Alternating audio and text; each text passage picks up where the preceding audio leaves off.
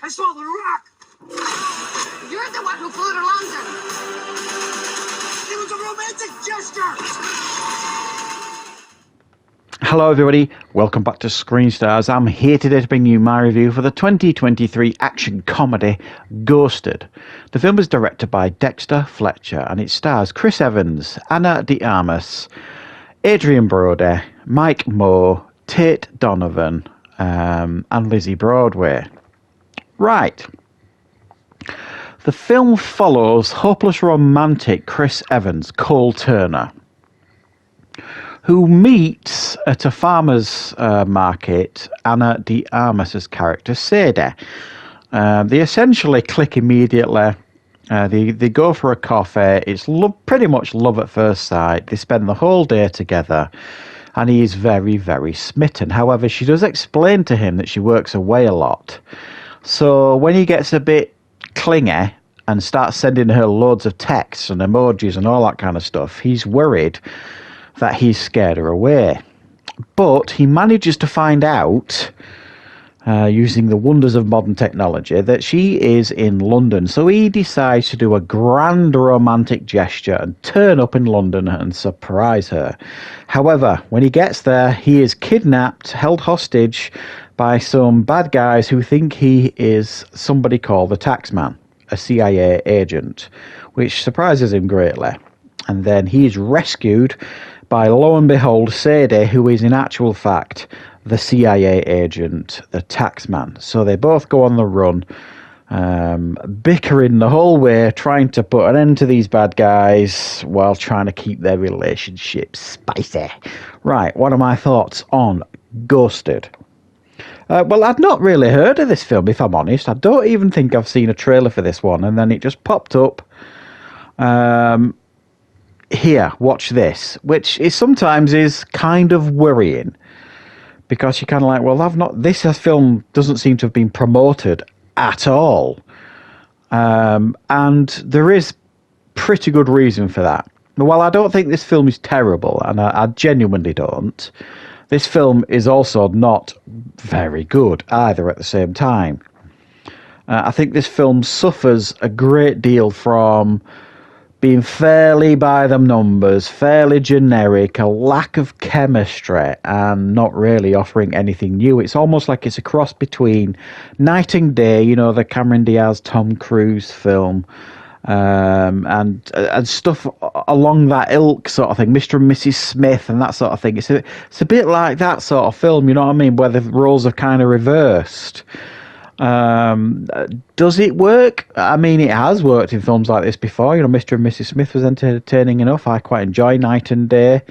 So yes, it can work. I just don't think it necessarily works here. Out of those three films I've just mentioned, Night and Day, Mr. and Mrs. Smith, and this is the inferior of the three. Even while they're not all the same film, they kind of play around with the same premise, so to speak. But there's a little bit of True Lies in here as well, I suppose you could argue. Now, Chris Evans, I like Chris Evans. You know, he's been brilliant as Captain America. A few other things that he's done's very good. He was pretty good in The Grey Man last year, where he played the villain. Playing a romantic lead in a comedy, action comedy, I wouldn't necessarily say it is Chris Evans' strong suit. He's just not particularly funny. Some of his reactions and things like that felt a bit over the top. They just didn't feel comedic or anything like that. And I would have to say the same for Ana de Armas as Sadie. Again, no real comedy timing going on here, and a real lack of chemistry, I have to say, between her and Chris Evans. Now, it's my understanding that Scarlett Johansson was initially cast as the Sadie character, but she had to pull out due to scheduling conflicts, so Ana de Armas was cast. And don't get me wrong, she's the flavour of Hollywood right now, and she's absolutely stunning, and I've enjoyed her in many of the things that I've seen her in. Knives Out, Blade Runner 2049. She was great in the last Bond film, even though she was in it fairly briefly. And I do think she could potentially carve a a fairly successful career for herself doing these type of films. It just didn't necessarily work here. Yes, the film's entertaining enough. The action set pieces were of a good standard, but not what you would describe as a great standard. I think the bar has been set these days so high for, like, you know, some of these action films that we watch. When you see something that just kind of can't reach them heights, it kind of stands out like a sore thumb. And if it's a fairly middle of the road budgeted film, you can forgive them. Whereas this is, you know, it's got A-listers in it. It's got a big budget associated to it. And it just can't get up to them levels. You know, the talent involved doesn't allow it to. But it's perfectly watchable. It's perfectly entertaining enough. You know, the premise is sound. It's just the execution doesn't necessarily work. And I just think it is a little bit of a shame because it had so much potential here. You know, if someone says, you know, there's a new action comedy out with Chris Evans, Ana de Armas, and Adrian Brody, you know, you'd be kind of like, oh, that's something I potentially want to watch. You know what I mean? And again, Adrian Brody plays, it's a waste of his casting. You know, the guy's a really talented actor, and he plays a really